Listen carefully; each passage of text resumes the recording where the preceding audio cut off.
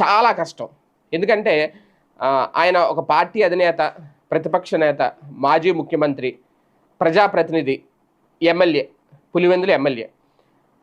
జగన్‌ని అరెస్ట్ చేయడం, లేదంటే ఇరికించేయడం ఏదో కేసులో, లేదంటే వాళ్ళు చెప్పారని చెప్పి వాళ్ళకు అనుకూలంగా వాంగ్మూలం రాయడం, ఛార్జ్‌షీట్ దాఖలు చేయడం ఇవన్నీ జరుగుతాయి. ఖచ్చితంగా జరుగుతాయి. కాస్తంత లేట్ అవుతుందేమో.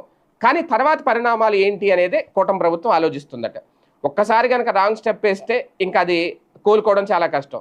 జగన్‌ని గనక మళ్ళీ అరెస్ట్ చేసి జైల్లో పెడితే ప్రజల నుంచి ఒక భారీ సింపతి వచ్చింది అంటే ఎంత అద్భుతాలు చూపించినా, ఎంత ఐకానిక్ టవర్లు కట్టామని చెప్పుకున్నా, అద్భుతమైన ప్రపంచం అంతా ఆంధ్రప్రదేశ్ వైపు తొంగి చూసేంత రాజధాని మేము ఏర్పాటు చేసామన్న సింపతి ముందు అవన్నీ కూడా పేక మేడల్లా కూలిపోతాయి.